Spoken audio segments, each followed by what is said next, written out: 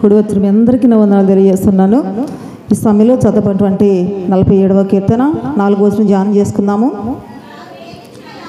తాను ప్రేమించిన యాకోబునకు మహాతిశేషుడుగా మన స్వాస్థ్యమును ఆయన మన కొరకు ఏర్పాటు చేసి ఉన్నాడు. ప్రార్థన చేసుకుందాం. జీవాధిపతి, పరిశుద్ధుడా, మహోన్నతుడా, సర్వశక్తిమంతుడా, ప్రేమ కలిగిన మా ప్రియ తండ్రి, నీ ఘనమైన నామను బట్టి అయ్యా స్తోత్రాలు చెల్లిస్తుంటున్నాను. గతించినటువంటి దినములన్నీ కూడా నీ కృపచేత మమ్మల్ని కాపాడి ఉన్నారు. ఈ సమయమందు పాటల ద్వారా, ఆరాధన ద్వారా మీరు ఘనపదినందుకు తండ్రి స్తోత్రాలు. నాయన ఈ దిన లేఖన పాటన మా ముందు ఉంచున్నారు. మీ బిడ్డ ప్రార్థన మీరు ఆలకించినందుకు తండ్రి మీ స్తోత్రాలు చెల్లిస్తుంటున్నాను.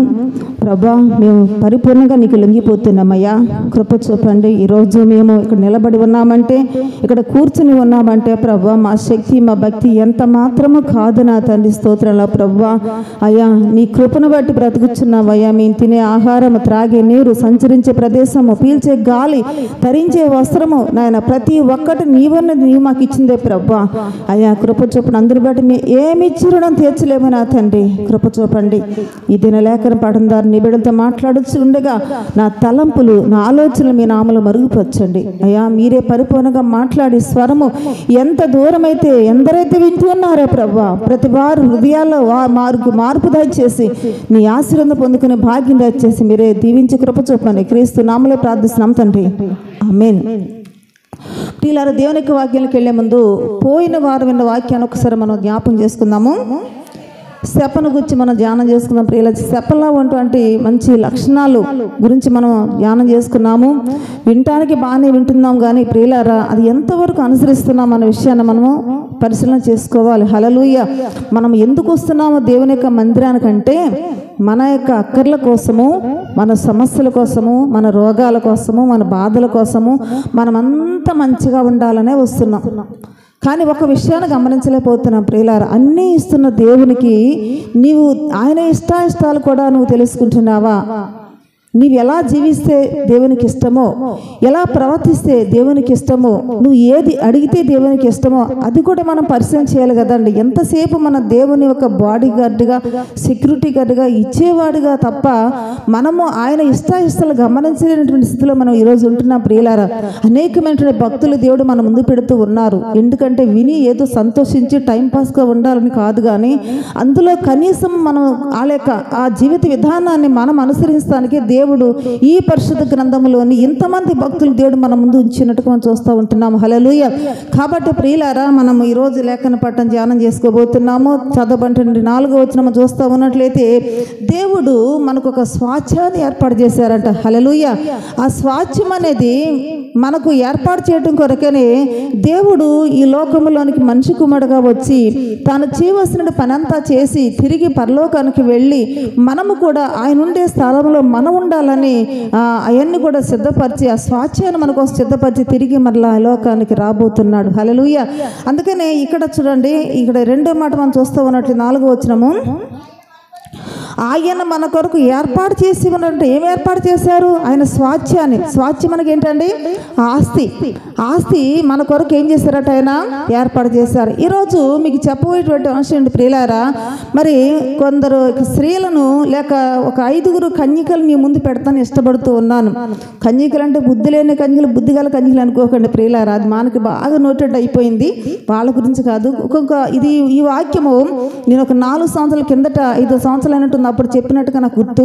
పోతే దేవుడు మరలా ప్రేరేపించి మీ యొక్క ముందు పెడతానికి దేవుడు ఇష్టపడుతున్నారు. హల్లెలూయా. అందుకని చూడండి, చట్టాన్ని మార్చివేసి కానాను స్వాస్థ్యాన్ని పొందుకున్నటువంటి కన్యకల గురించి మీకు తెలియజేస్తున్నాను. హల్లెలూయా. చట్టాన్ని మార్చేశారంటే ఎంత అద్భుతం ప్రియులారా. చట్టాన్ని మార్చేసి స్వాస్థ్యం కోసం వాళ్ళు ఏం చేశారంటే పొందుకుని ఉన్నటువంటి స్త్రీలను గురించి ఈరోజు మీ ముందు పెడతా ఉంటున్నాను. వాళ్ళు ఎవరంటే చూడండి, సంఖ్యాకాండము 27వ అధ్యాయము చూడండి. సంఖ్యాకాండము 27వ అధ్యాయము మొదటి వచనం చదువుకుందాం. అప్పుడు యోసేపు కుమారుడైన మనిషి వంశస్థులలో సెలోబెహాదు కుమార్తెలు వచ్చిరి. హల్లెలూయా. వీళ్ళ అడ్రస్ ఇక్కడ మనం దొరికింది ప్రియులారా. ఎవరంటే ఆ యొక్క కన్యకులు, 5 కన్యకులు ఎవరంటే యోసేపు యొక్క వంశస్థులంట. యోసేపు మనందరూ తెలుసు కదా. యోసేపు చెప్పాలండి, యాకోబు యొక్క కుమారుడు అయినటువంటి యోసేపు. ఆ యోసేపు యొక్క వంశస్థులలో ఆ యోసేపు యొక్క కుమారుడు చూడండి, వంశస్థుడైనటువంటి సెలోపెహాదు అనేటువంటి వ్యక్తికి పుట్టినటువంటి 5 కుమార్తెలు. హల్లెలూయా. ఎవరండి అతను? ఆ కుమార్తెల తండ్రి ఎవరంట? సెలోపెహాదు. ఇతని యొక్క కుమార్తెల గురించి ఈరోజు మీకు చెప్పడానికి ఇష్టపడుతూ ఉన్నాను. పోయిన వారము మరి స్టెఫను గురించి ఎన్నో విషయాలు నేర్చుకున్నాము. కాబట్టి ఈరోజు కూడా మరి అదే విధముగా కొందరు యొక్క ఈ సెలోపెహాదు యొక్క కుమార్తెలైనటువంటి 5 కుమార్తెల కోసం మీకు చెప్పడానికి పరిశుద్ధాత్మ చేత ప్రేరేపించి చెప్తున్నాను. హల్లెలూయా. అందుకని ఈ కుమార్తెలు ఎవరంట చదవండి, కంటించండి. అదే వచ్చినము. సెలోపెహాదు మాగేరు మునిమనుడై ఉండెను. ఇప్పుడు వాళ్ళ పేర్లు ఏమిటంట అంటే సెలోపెహాదు యొక్క కుమార్తెల పేర్లు ఏమిటంటే ఏమిట పేర్లు? Mahlah, Noah, Hoglah, Milcah, Tirzah, అనునవి. అర్థమైందా మీకు? ఈ 5 కుమార్తెలు ఉన్నప్పుడు ఆ తండ్రి చనిపోయాడు. చనిపోయిన తర్వాత విషయం ఏంటంటే ప్రియులారా, వీళ్ళలో ఉన్నటువంటి ప్రత్యేకత ఏమిటి? ఆ కానాను యొక్క స్వాస్థ్యము కోసము ఎందుకు వాళ్ళు పోరాడారు? అసలు ఏమిటి వీళ్ళలో ఉన్నటువంటి అంత ప్రత్యేకత అంటే వాక్యాలకు వెళదాం మనము. అయితే వీరి పేర్లు ఇక్కడ మనం చదువుకున్నాము. అది ఏమిటంటే ప్రియుల సందర్భం ఏమిటంటే చూడండి, అదే సంఖ్యాకాండము 26వ అధ్యాయము 53వ వచనం చదువుకుందాం.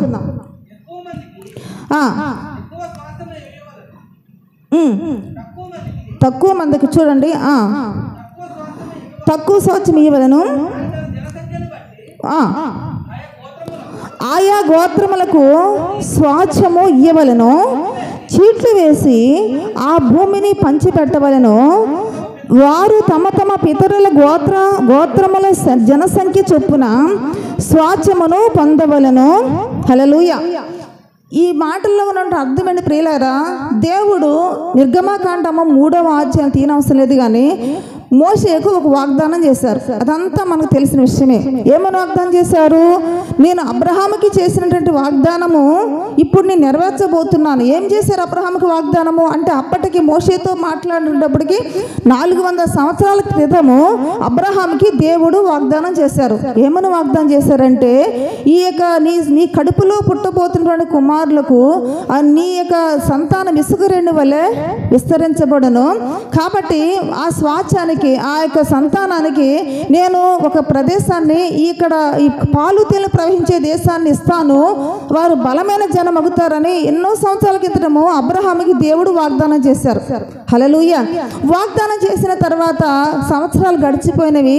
తర్వాత వాళ్ళు చాలా అనుకూల ప్రతికూల పరిస్థితుల నుంచి వచ్చేసారు. అటు తర్వాత ఐగుప్తు చేరారు. ఐగుప్తులో కూడా వారు చాలా బహుబలమైనటువంటి జనులుగా అయ్యారు. వారు శ్రమ పడుతున్నారు, దేవుడికి మొరపెడుతున్నారు. వారి వెట్టి చాకిరీలోని వారు ఇబ్బందులు పడుతూ దేవుడికి మొరపెట్టినప్పుడు దేవాతి దేవుడు అబ్రహాముకి ఇచ్చినటువంటి వాగ్దానాన్ని అప్పుడు జ్ఞాపం చేసుకున్నారు. హల్లెలూయా. అర్థమవుతున్న మాటలు మీకు? అక్కడ జ్ఞాపం చేసుకుని వీళ్ళకి ఒక నాయకుడు కావాలని దేవాతి దేవుడు మోషేతో మాట్లాడారు. మోషేను ఎన్నుకున్నారు. మోషేను ఎన్నుకున్నప్పుడు ఏమన్నారంటే, నేను మీ పితరులకు ఇచ్చినట్టు వాగ్దానాన్ని బట్టి నేను పాలు తేలి ప్రవహించే దేశానికి నేను మిమ్మల్ని నడిపిస్తాను, అందుకు నువ్వు నాయకుడిగా ఉండు, నువ్వు నాయకత్వం వహించమని మోషేతో దేవుడు చెప్పిన విషయం అంతా మనకు తెలిసిన విషయమే. అయితే అలాగూ చెప్పినప్పుడు ఏ దేశం అని దేవుడు చెప్పారంటే 3వ అధ్యాయంలోని పాలు తేనెలు ప్రవహించేటువంటి ఆ దేశాన్ని మీకు ఇస్తాను, ఆ స్వాస్థ్యాన్ని మీకు ఇస్తానని దేవుడు చెప్పినప్పుడు ఈ 12 గోత్రాల వారు అంటే ఎవరండి? యాకోబు కుమారులు 12 మంది కదా. ఈ 12 మంది గోత్రాలకు పుట్టినటువంటి వారు అంటే పిల్లల తరతరములు కూడా ఇక్కడ నుంచి బయలుదేరారు. ఇదంతా మనకు తెలిసిన విషయమే. సరే, స్వాస్థ్యము పొందబోయేటువంటి సమయం వచ్చేసింది.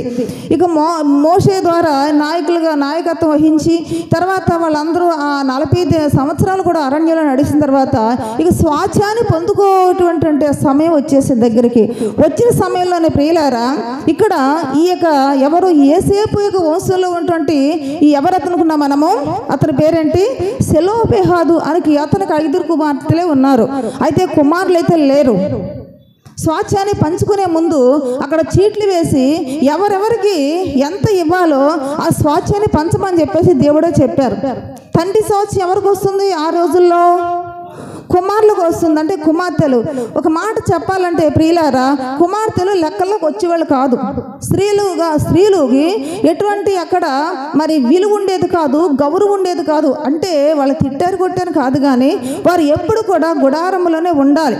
వారు ఎప్పుడు కూడా స్త్రీలు ఆ యొక్క పరాయ పురుషుల వద్దకు వచ్చి మాట్లాడతానికి కానీ వాళ్ళ ముందు కనిపిస్తాను కానీ అప్పుడున్నటువంటి రోజుల్లో జరిగే పని కాదు అది.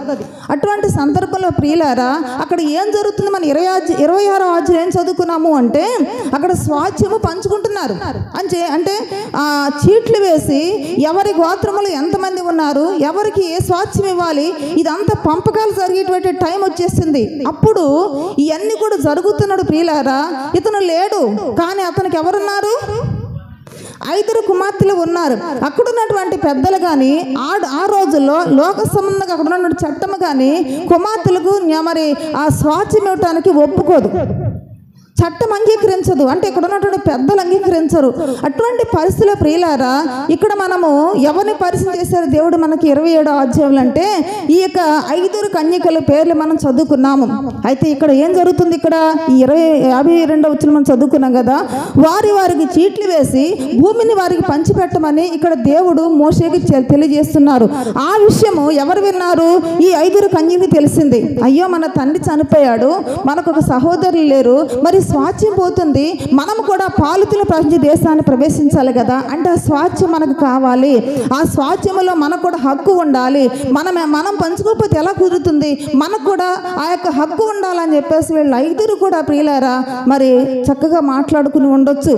5 రకాల చెల్లెలు ఒకే మాట మీద ఉండొచ్చు. కాబట్టి వాళ్ళొక మాట, ఇప్పుడు చూడండి 5 కూడా ఒక మాట మీద ఉండకుండా ఈమొక మాట ఆమొక మాట అనుకుంటే ఆ కార్యం జరిగేది కాదు. అంటే మనం వినబోతున్నాం కార్యము ప్రియులారా. అయితే 5 కూడా ఒకే ఒక్క మాట మీద ఉన్నారు. ఈ 5 కన్యకులు చర్చించుకుని ఉండొచ్చు. ఇదంతా బైబిల్ లేకపోయిన ప్రియులారా, వారందరూ ఏక మనసు కలిగి, ఈ కన్యకులందరూ కూడా ఈ 5 కూడా ఏక ఆలోచన కలిగి ఏక మనసు కలిగి వారు ఒక నిర్ణయానికి వచ్చారు. హల్లెలూయా. నిర్ణయానికి వచ్చి ఇప్పుడు చూడండి అక్కడున్న పరిస్థితి ఎలాగుంది? ఆడవాళ్ళు బయటికి రాకూడదు, ఎవరితో మాట్లాడకూడదు. వాళ్ళంతసేపు కూడా వాళ్ళకి మగవాడికి చాకరీ చేయటము, తర్వాత వాళ్ళకు వండి పెట్టడము, సంసారం చేయటం తప్ప దేనికి కూడా వారిని విలువనిచ్చేవారు కాదు. ఎంతటి తెలివైన వ్యక్తులన్నా సరే వాళ్ళు స్త్రీలు అనేవారు ఆ గుడారంలోనే ఉండాలి. అప్పుడున్నటువంటి చట్టం అలా ఉండేది ప్రియులారా. అటువంటి పరిస్థితులు వీళ్ళు ఏం చేయగలరు? ఆ చట్టాన్నే పాటించుకుంటూ ఉంటే అనుకుందాం వాళ్ళు బయటకు రాకూడదు. మరి వీళ్ళ సమస్య ఎలా బయటకు వస్తుంది?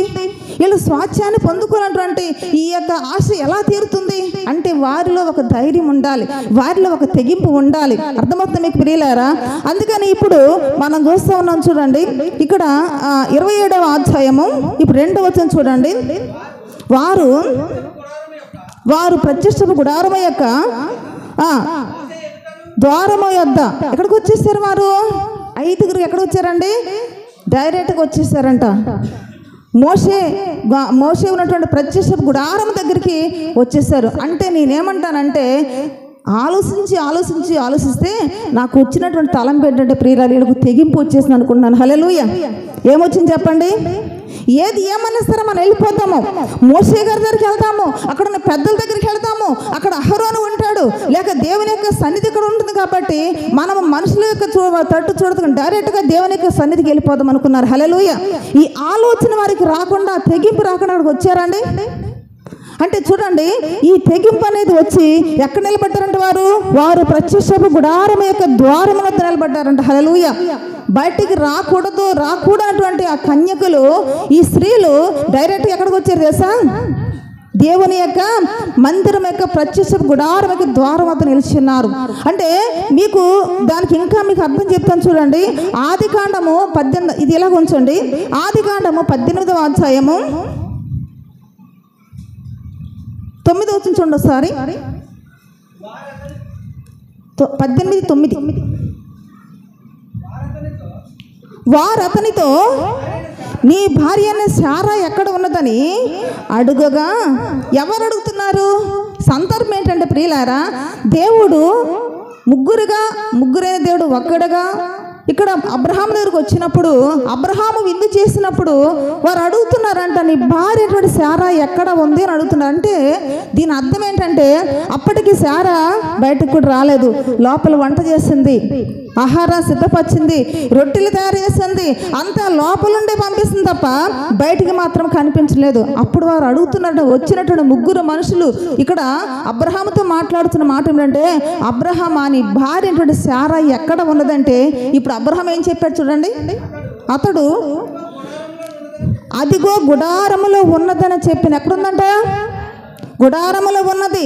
దేవుడే ఇక్కడికి వచ్చినప్పుడు, దేవుని యొక్క సేవకులకి పరిచయం చేస్తున్నప్పుడు, ఆహారము వండినప్పుడు ఆమె కూడా వచ్చి వడ్డించవచ్చు కదా. ఎక్కడ ఉన్నది? గుడారములో ఉన్నదంటే పని అంతా చేసింది, కష్టపడదు. కానీ పరిచర్యకి సంబంధించినటువంటి అవన్నీ కూడా సమకూర్చినప్పుడు కూడా ఆమె మాత్రము ఎదురుకు రాలేదు. అంటే అప్పటి ఉన్నటువంటి కాలం అలాగ ఉన్నదని మీకు తెలియజేస్తానికి ఈ వచ్చిన మీ ముందు పెట్టాల్సి వచ్చింది. హల్లెలూయా. సరే, ఇప్పుడు అసలు విషయానికి వద్దాము. ఇంకా మనం చూస్తూ ఉన్నట్లే చూడండి. ఇప్పుడు వాళ్ళు ఎక్కడ నిలిచారట? ద్వారం అన్నది ఎక్కడ ద్వారము? ప్రత్యక్షపు గుడారము ద్వారము దగ్గర ఎంతమంది ఉంటారు తెలిసిందా? పెద్దలు ఉంటారు, యాజకులు ఉంటారు, ఇక్కడ నాయకుడు మోషే ఉంటాడు, అంత పురుషులే ఉంటారు అక్కడ. హల్లెలూయా. ప్రథమ వ్యక్తులంతా అక్కడ ఉంటారు ప్రియులారా. ఇంకో మాట చెప్పాలంటే, ఇశ్రాయేలు ప్రజలు ఐగుప్తు దేశం నుంచి బయటికి వచ్చినప్పుడు అక్కడ సంఖ్య ఉంటుంది చూసారా? అక్కడ 6 లక్షల వీరుల గురించి చెప్పడం తప్ప స్త్రీలు అంటే పురుషులు పిల్లలు లెక్క పెట్టలేదు, స్త్రీలు కూడా లెక్క పెట్టలేదు. అంటే స్త్రీలు లెక్కలోకి వచ్చేవాళ్ళు కాదు. అర్థమవుతుందండి? అంటే పురుషులు మాత్రమే లెక్కలకు వచ్చేవారు తప్ప అక్కడ 6 లక్షల పాదాచారులు, తర్వాత వీరులు అని రాయబడి ఉంటుంది అక్కడ. కానీ స్త్రీల సంఖ్య మాత్రం చెప్పబడలేదు, పిల్లల సంఖ్య చెప్పబడలేదు. అంటే ఎంత విలువ తక్కువ వారుగా ఎంచేవారో స్త్రీలని ఆ దినాల్లో మనం చూస్తున్నాం ప్రియులారా. అటువంటి పరిస్థితిలో ప్రియులారా ఈ కన్యకలు చెప్పాలంటే చాలా డేర్ చేసి వచ్చేసారు. ఎక్కడికి వచ్చారు? ఎందుకు వచ్చారు? స్వాస్థ్యము, తమ తండ్రి స్వాస్థ్యము. దేవుడు ఆ మోషేకి ఇచ్చినటువంటి వాగ్దానంలో పాలు తేలి ప్రవహించే స్వాస్థ్యము మాకు కావాలి, దాన్ని మనం పోగొట్టుకోకూడదు, మనము కూడా పొందుకున్నటువంటి గొప్ప ఆలోచనతో ప్రియులారా తెగింపు. దీనిలో ఏం చూస్తున్నాం మనము? తెగింపు లేకుండా దైవిక మార్గం నడవలేం ప్రియులారా. కొన్ని విషయాల్లో అపవాది మన కుటుంబం ద్వారా మనల్ని ఆటంకపరచవచ్చు, మన సమాజం ద్వారా మనల్ని ఆటంకపరచవచ్చు, అని కొన్ని ప్రతికూల పరిస్థితుల ద్వారా సాతానుడు ఆటంకపరుస్తూ ఉంటాడు. కానీ విశ్వాసను కర్తయు దానిని కొనసాగించేటువంటి యేసువై మనం చూస్తూ మన విశ్వాస యాత్ర ముందుకు సాగుతూ ఉండాలి. హల్లెలూయా. ఎందుకంటే మనకు ఒక స్వాస్థ్యాన్ని దేవుడు ఏం చేశారట? ఏర్పాటు చేసినట్టుగా మనం చదువుకున్నాం. హల్లెలూయా.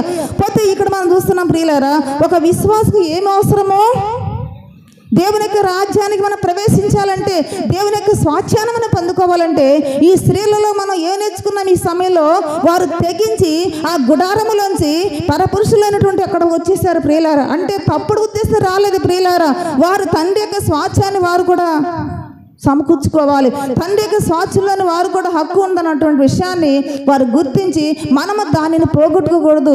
దేవుడే వాగ్దానం చేశారు కదా, పాలు తేలి ప్రవహించే దేశాన్ని మీకు ఇస్తాను వాగ్దానం చేసినప్పుడు మన ఎందుకు వెళ్ళకూడదు? అది మన ఎందుకు స్వాధీనపరచుకోకూడదు?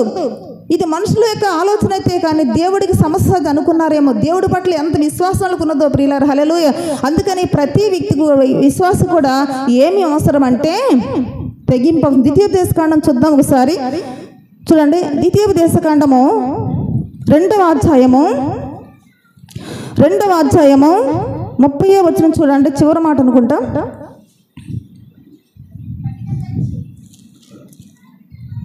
రెండవ అధ్యాయము 30వ వచనం చివరి మాట. నీ దేవుడైన యెహోవా అతని మనసును కఠినపరిచి అతని హృదయమునకు తెగింపు కలగజేసిన. హల్లెలూయా.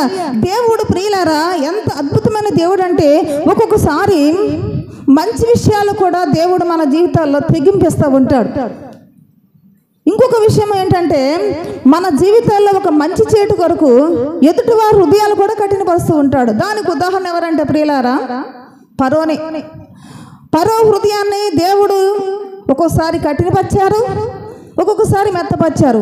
కారణం ఏంటంటే తన ప్రజలనే దృష్టిలో పెట్టుకున్నారు. అంటే నేనేమంటానంటే దేవుడు ఆ తెగింపి వాళ్ళకి ఇచ్చారని నేను అంటాను. హల్లెలూయా.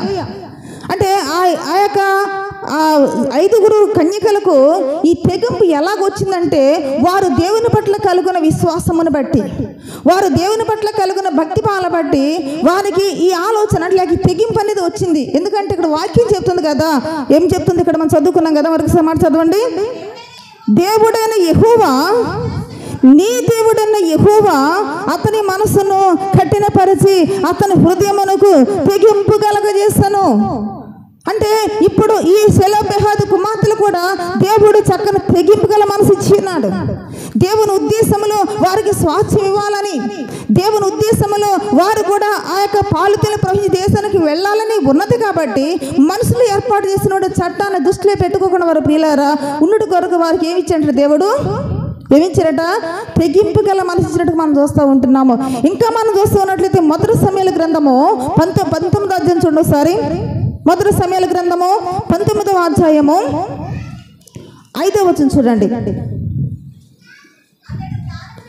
అతడు ప్రాణమునకు తెగించి ఆ ఫిలిష్తీయుని చంపగా యెహోవా ఇశ్రాయేలీయులందరికీ గొప్ప రక్షణ కలగజేసెను. హల్లెలూయా. ఇక్కడ ఒక వ్యక్తిని మనం చూస్తున్నాము, దావీదు కూడా ప్రియులారా మరి ఆ తెగింపు గల మనసు అనేది ప్రాణాలకు తెగించి ఇక్కడ ఫిలిష్తీయుని మీదకి యుద్ధానికి వెళ్ళాడంటే అది ఎవరిచ్చిందా, ఎవరిని చూసి ఆ తెగింపు వచ్చింది అతనికి? ఇశ్రాయేలీయులైనటువంటి దేవుణ్ణి బట్టి ఈ రోజు నీ మీదకి వస్తున్నాను అన్నాడు. హల్లెలూయా. అంటే దావీదు ఒక శత్రువుని చంపట కొరకు, ఒక శత్రువుని ఓడిస్తానికి అతని వయసు చాలకపోయినా, అతని యొక్క జ్ఞానము చాలకపోయినా, అంత ఆలోచించేటువంటి గొప్ప వ్యక్తిగా ఉండకపోయినా ప్రియులారా బాలుడిగా ఉన్నప్పుడు కూడా ఆ తెగింపు అనేది ఎవరిని బట్టి వచ్చింది అతనికి? దేవుని బట్టి. హల్లెలూయా. ప్రాణానికి తెగించేశాడంట ప్రియులారా. అలాగే వీరు కూడా ప్రియులారా వీరిలో ఏం చూసాం మనము? తెగింపు చూసాము. ప్రియ సహోదరి సహోదరు, నేనేమంటానంటే దేవుని యొక్క వాక్యం వింటున్న నీవు వీళ్ళ యొక్క స్వాస్థ్యం పొందుకున్నట్టు కొరకు మొట్టమొదటి లక్షణం ఏంటంటే ఏం చూసాం మనము? తెగింపు చూసాము. నీవు కూడా పరలోక స్వాస్థ్యాన్ని నువ్వు అనుభవించాలంటే, పరలోక స్వాస్థ్యములో ఉన్నటువంటి గొప్ప ఏర్పాటు నీకు కూడా ఉండాలి అంటే ప్రియులారా నీవు కూడా ఆత్మీయ జీవితంలో ఈ లోక సంబంధంగా కాకుండా దైవిక మార్గాల్లో ఉంటాను. నీకు కూడా ఒక తెగింపు అనేది అవసరం నేను అంటాను. హల్లెలూయా. ఇక రెండోది ఏంటంటే ప్రియులారా అదే చూడండి, సంఖ్యాకాండము 27వ అధ్యాయము, సంఖ్యాకాండము 27వ అధ్యాయము 2వ వచనం చదవండి. అది కంటిన్యూ చేయండి. వారు ప్రత్యక్షప్పుడు గుడారము యొక్క ద్వారమునొద్ద మోషే ఎదుటను, యాజకుడైన ఎలియాజరు ఎదుటను, ప్రధానుల ఎదుటను, సర్వ సమాజం ఎదుటను నిలిచి చెప్పినది ఏమనగా, హల్లెలూయా, వచ్చి మెలగ నుంచోలేదండి ప్రియులారా. ఈ చదవబడినటువంటి మాటల్లో మనకేం అర్థమైందంటే అక్కడ ఎవరు ఉన్నారంట? యాజకులు ఉన్నారు, దైవ సేవకుడు మోషే ఉన్నాడు, ప్రధానులు ఉన్నారు. అంతమంది జనము ఎదుట ఏం చేశారంట? వారు నిలబడ్డారట. వచ్చి నిలబడ్డి కాదు మాట్లాడుతున్నారంట ప్రియులారా. అంటే వారిలో మనకు అర్థమైంది ఏంటంటే, నాకు అర్థం ఏంటంటే ప్రియులారా ధైర్యము. హల్లెలూయా. ఏముంది వారిలోనే? మొదట ఏం చూసామని వారిలోని? తెగింపు చూసాము. రెండోది ఏముందంట? అంతమంది యొక్క సామాన్యటువంటి వ్యక్తులు కాదు వారు, ఒక దైవజనుడు, దేవునితో మాట్లాడిన వ్యక్తి. లక్షలాది ప్రజలు ఒక మాటతో నడిపిస్తున్నటువంటి ఈ యొక్క మోషే ముందు మాట్లాడాలంటే మామూలు ధైర్యం ఉండదు ప్రియులారా. అంతేకాకుండా మరి దేవుని సముఖంలో సేవ చేస్తున్నటువంటి యాజకులు ఉన్నారు, గొప్ప గొప్ప లక్షలాది మందిలో మరి ఏర్పరచబడినటువంటి ప్రధానులు ఉన్నారు. వాళ్ళందరి ముందు వాళ్ళ వయసు ఎంత ఉంటుందండి? కన్యకలు. ఈరోజు కన్యకలు ఒకటే కాదు, ఇక్కడ ఉంటే మన అందరం కూడా వీళ్ళని బట్టి మనము ప్రభావితం చేయబడాలంటాను. హల్లెలూయా. మన కన్యకలు ఉంటారు ప్రియులారా, వాళ్ళ వ్యవహారాలు వేరుగా ఉంటాయి, వాళ్ళ పద్ధతులు వేరుగా ఉంటాయి, వాళ్ళ ఆలోచనలు వేరుగా ఉంటాయి. అంతా లేటెస్ట్ అన్నమాట. లోకసమైనటువంటి తెలివితేటలు, ఏ విధమైనటువంటి వంపు సొంపులుగా ఈ లోకంలో బ్రతకాలి మనము. ఈ లోకంలో ఏ విధంగా మన యొక్క సొగసును ఎదుటి వారు కనిపించేలా చేయాలి. మన వస్త్రధారణ ఏంటి, మన స్టైల్ మెయింటెన్స్ ఏంటి, అదే ప్రతి దానికి అదే ఆలోచన. లేదంటారా? ఏమండి లేదంటారా? అలా ఉండకూడదు నేను అంటాను. హల్లెలూయా. అయితే ఇక్కడ ఉన్నటువంటి ఈ కన్యకలైతే ప్రియులారా, వాళ్ళు కూడా పెళ్ళైనటువంటి వ్యక్తులేం కాదు. వారు తండ్రి చిన్నప్పుడే తండ్రిని కోల్పోయిన వ్యక్తులు. వీరి యొక్క జీవిత విధానం చూసినట్లయితే చాలా ఉన్నతంగా ఉంది ప్రియులారా. పరలోక ఇక్కడ స్వాచ్ఛాన్ని అంటే పాలు తేనెలు ప్రవహించే స్వాచ్ఛము మనం ఎందుకు వదులుకోవాలి? అందరితో పాటు మనకి హక్కు ఉంది. మనం పోరాడతాము, లేకపోతే మనం తెగిద్దాము, మనము వెళ్ళి ప్రధానుల ముందే మనం మాట్లాడదాం అనుకున్నారు. అంటే మొదట తెగింపు చూసాము, రెండోదిగా వాళ్ళు ఏం చూస్తున్నాం మనము? ధైర్యము. ఎంత ధైర్యం చూస్తున్న ప్రియులారా. అయితే వాళ్ళు ఏమంటున్నారంటే ప్రియులారా, ప్రత్యక్ష గుడారము యొక్క ద్వారము యొద్ద మోషే ఎదుటను, యాజకుడైన ఎలియాజరు ఎదుటను, ప్రధానుల ఎదుటను, సర్వ సమాజం ఎదుటను నిలిచి అన్నట్టు చూస్తున్నాం. నిలిచినటువంటి వీరు ఏం చెప్తున్నారు? చెప్పుతున్నారట, మాట్లాడుతున్నారట. ఏం మాట్లాడుతున్నారు చదవండి. మా తండ్రి అరణ్యములో మరణమాయను, అతడు కోరాహ సమూహములో అనగా యెహోవాకు విరోధముగా కూడిన వారి సమూహములో ఉండలేదు, కానీ తన పాపమును బట్టి మృతి పొందిన. హల్లెలూయా. ఏమిటంట అంటే కోరాహు అనేటువంటి వ్యక్తిని గురించి మనం చాలాసార్లు ధ్యానం చేసుకున్నాము. కోరాహు మోషే మీద దేవునికి తిరుగుబాటు చేసి, నువ్వే నాయకుడువా, నీతోనే దేవుడు మాట్లాడా, నువ్వు తప్ప ఇంకెవరు ఉండరా అనేటువంటి ఒక విరోధమైనటువంటి భావంతో లేచినప్పుడు అక్కడ అగ్ని వారిని ఏం చేసిందంట? కాల్చివేసింది, భూమి నెరవిడిసి మింగివేసింది. అంటే ఆ గుంపులో అతడు లేడు. వాళ్ళకి సాక్షి ఇవ్వకపోయినా పర్లేదు, కానీ మా తండ్రి కూడా చనిపోయాడు. మా తండ్రి ఎలా చనిపోయాడు? అతని పాపాన్ని బట్టి వేరే సందర్భం చనిపోయాడు. మరి మా తండ్రి చనిపోయినప్పుడు మాకు ఆస్తి కావాలి కదా, మాకు స్వాస్థ్యంగా. చూసారా ఎంత తెలివితేటలుగా, ఎంత నిజాయితీగా వారు మాటలు ఒప్పుకుంటున్నారో. తండ్రి చనిపోయాడు అనట్లేదు, మా తండ్రి పాపం చేసి చనిపోయాడు అంటున్నాడు. హల్లెలూయా. మనమైతే ప్రియులారా కప్పుకుంటూ ఉంటాము, మనం పాపం చేసినా కప్పుకుంటాము, మన ఇంట్లో వాళ్ళు పాపం చేసినా దాచుకుంటుంటాం ప్రియులారా. సర్వ సృష్టి గల దేవుడు, హృదయరాశుల దేవుడు, నీ అంతరంగమును నీ కుటుంబంలో జరుగుతున్న ప్రతి ఒక్కటి చూస్తున్న దేవుడు. హల్లెలూయా. అందుకని వీళ్ళల్లో ఏం చూస్తున్నాం మనము? ఒక నీతి న్యాయములతో నిజాయితీగా మాట్లాడుతున్నారండి. కాబట్టి ఇంకా మన మాట మనం చూసినట్లయితే మీకు అర్థమవుతుంది. అతడు మా తండ్రి అరణ్యములో మరణమాయను, అతడు కోరాహు సమూహములు అనగా యెహోవాకు విరోధముగా కూడిన వారి సమూహములు ఉండలేదు కదా. మా తండ్రి దేవునికి విరోధముగా ఉన్నటువంటి సమూహంలో ఉన్నాడా? లేడు కదా. అసలు బయటికి రావటమే గ్రేట్, అక్కడ నిలబడటమే చాలా చాలా ఆలోచించాలన్నటువంటి విషయము. అంతేకాకుండా వారిలో తెగింపు చూసాము, వారిలో ధైర్యం చూసాము. మూడోదిగా చక్కగా నీతి న్యాయములు ఒప్పుకుంటూ మాట్లాడుతున్నారు, తప్పును తప్పుగా ఒప్పుకుంటున్నారు. మా తండ్రి పాపం చేశాడు, చనిపోయాడు, కానీ కోరాహు యొక్క గుంపులో లేడు కదా. అర్థమవుతుందండి మీకు? ఈ వ్యత్యాసం అర్థమవుతుందా? ఎవరి పాపం వాళ్ళు మరణిస్తుంది. కానీ అయితే ఇప్పుడు ఇతను దేవునికి విరోధముగానే చేసి కూడినట్టు గుంపులు అతను ఉన్నాడా? లేడు కదా. మరి ఎందుకు మా తండ్రికి ఆస్తి స్వాచ్ఛం ఇవ్వరు అంటే? ఇంత చక్కగా వాళ్ళు ఏం చేస్తున్నాడు ప్రియులారా? తమ తండ్రి చేసిన పాపాన్ని గురించి ఒప్పుకుంటున్నారు ఇక్కడ. అంటే నేనేమంటానంటే దీనిలో నీతి నిజాయితీ కనిపిస్తూ ఉన్నది. అందుకే నీతిమంతుడు సింహం వలె ధైర్యంగా ఉంటాడంట. నేనేమంటానంటే ప్రియులారా, వీళ్ళు నీతిమంతురాలు అనుకుంటున్నాను, వీళ్ళు నిజాయితీ పరులు అనుకుంటున్నాను, వీళ్ళ నీతి న్యాయములు అనుసరించే వ్యక్తులుగా ఉన్నారని అనుకుంటున్నాను. కాబట్టి ప్రియులారా పరిశీలన చేసుకుందాము. అయితే దీన్ని బట్టి మనకి ఏమర్థమవుతుంది? మూడో మాటల్లోని పాపాన్ని బట్టి మరణించాడు అన్నట్టు మాట బట్టి తన తండ్రి చేసిన పాపాన్ని బట్టి చనిపోయాడు తప్ప విరోధముగా అయితే దేవుని విరోధం చేసిన గుంపులు అయితే మాత్రం అతను కలవలేదు అంటున్నాడు అని అంటున్నారు. సరే, ఇది మూడు విషయం ధ్యానం చేసుకున్నాము. అంటే మూడు గుణాలు. ఒకటి ఏమనుకున్నాం మనము? అతడు వాళ్ళు ఏముందండి? తెగింపు చూసాము. రెండోదిగా వాళ్ళు ఏం చూసాము మనము? ధైర్యం చూసాము. ఇక మూడోది ఏంటంటే వాళ్ళు నిజాయితీగా నీతిగా వారి యొక్క వారి తండ్రి చేసిన దాన్ని స్పష్టంగా ఒప్పుకుంటున్నారు. అయితే మనం ఏం చేయాలండి ప్రియులారా? ఇక్కడ మనం చూద్దాం. చూడండి, కీర్తనలు 15వ కీర్తన చూడండి ఒకసారి. 15వ కీర్తన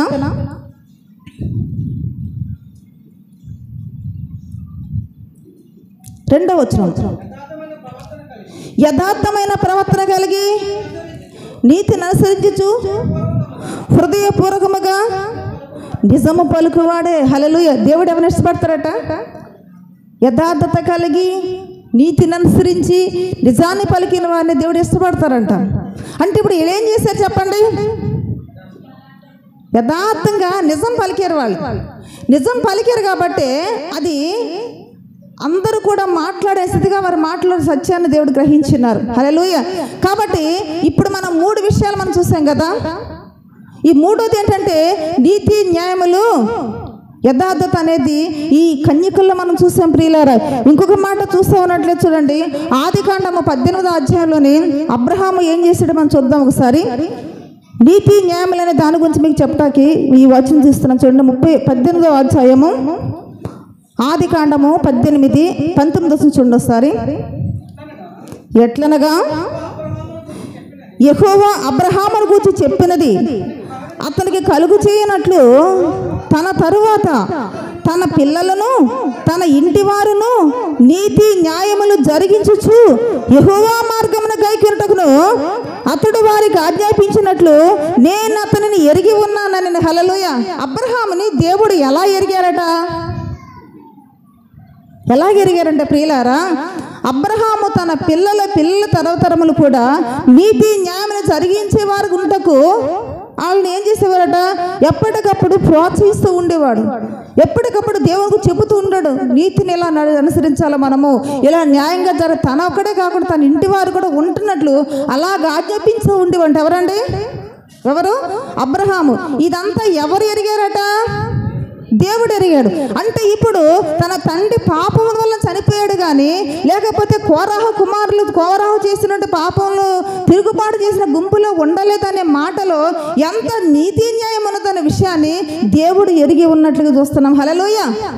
కాబట్టి ప్రియ సహోదరి సహోదరుడా, నీ జీవితంలో కూడా నీవే కాకుండా నీ ఇంటి వారికి, నీ పిల్లలకు కూడా ఏమి ఎరిగేలా ఉండాలంట, ఏమి జరిగించేలాగా ఉండాలంట? నీతి న్యాయం జరిగించేవారుగా వారికి నువ్వు ఆజ్ఞాపిస్తూ ఉండాలి. ఎవరన్నా నీ బిడ్డలని కడుపుట్టిన బిడ్డలు పాపం చేస్తున్నప్పుడు ఇది తప్పు అని చెప్పేసి ఖండించి వ్యక్తిత్వం కలిగి ఉండాలి. ఇది నీతి కాదు, ఇది న్యాయం కాదు అనేటువంటి గద్దెంపు నీలోంచి రావాలి. హల్లెలూయా. అప్పుడే దేవుడు మన పట్ల ఒక అద్భుతమైన కార్యాలు చేస్తాడు సహోదరి సహోదరుడు. హల్లెలూయా. అందుకని ఇప్పుడు మూడోదిగా మనం చూసాం ప్రియులు, ఏముంది వారిలోని? నీతి న్యాయములు వారు అనుసరించి, నీతి న్యాయములు అనుసరించి యథార్థంగా మాట్లాడటం దేవుడు వారు చూసినట్టుగా మనం చూస్తూ ఉంటున్నాము. 3 విషయాలు నేర్చుకున్నాం ప్రియులు. 4వది ఏంటంటే, ఇక 4వది సంఖ్యాకాండం 27వ అధ్యాయము చూడండి. సంఖ్యాకాండము 27వ అధ్యాయము 4వ వచనం చూడండి. ఇప్పుడు అతనికి కుమారులు కలగలేదు, అతనికి కుమారులు లేనంత మాత్రం చేత మా తండ్రి పేరు అతని వంశములో నుండి మాసిపోనేలా. హల్లెలూయా. అవును, మా తండ్రి కుమారులు లేరు, మగబిడ్డలు లేరు, అయినంత మాత్రం మా తండ్రి పేరు ఎందుకు మాసిపోవాలంటే తండ్రి యొక్క గౌరవ ప్రతిష్టలను వాళ్ళు కాపాడుతున్నారు. హల్లెలూయా. అంటే తండ్రి యొక్క పేరును మాసిపోవటానికి ఇష్టపడటం లేదు. మన జీవితంలో ప్రియులారా, నేనేమంటానంటే, కొందరికి కోపం వస్తే నేను చెప్పలేను ప్రియులారా. పిల్లలు తప్పు చేసేటప్పుడు, తప్పుడు నిర్ణయాలు తీసుకుంటున్నప్పుడు, అయ్యో నా తండ్రి పేరు, నా తల్లి పేరుకి అపకీర్తి చేస్తానేమో అని ఆలోచించట్లేదు ఈరోజు. లేదంటారండి? నేను ఈ తప్పు చేస్తే, ఈ పాపం చేస్తే, ఈ తప్పుడు నిర్ణయాలు తీసుకుంటున్నప్పుడు నా తల్లికి అవమానమేమో, నా తండ్రికి అవమానమేమో, నా కుటుంబానికి అవమానమేనంటే ఆలోచన నువ్వు చేస్తున్నావా? పరిశీలన చేసుకోవాలండి. అందుకే వీళ్ళు చనిపోయిన తండ్రికి చెడ్డ పేరు రావడానికి ఇష్టపడలేదు. బతుకున్న వాళ్ళు ఎటుపోయినా పర్లేదు అనుకుంటాం మనమైతే మాత్రం. హల్లెలూయా. అంటే మనం బ్రతుకున్న వాళ్ళే దృష్టిలో పెట్టుకోవట్లేదు కానీ వాళ్ళు ఎప్పుడో చనిపోయిన తండ్రి పేరు మాసిపోవటానికి ఇష్టపడలేదండి. ఎంత గొప్ప వ్యక్తిత్వం వాళ్ళదండి. అర్థమవుతుందా మీకు?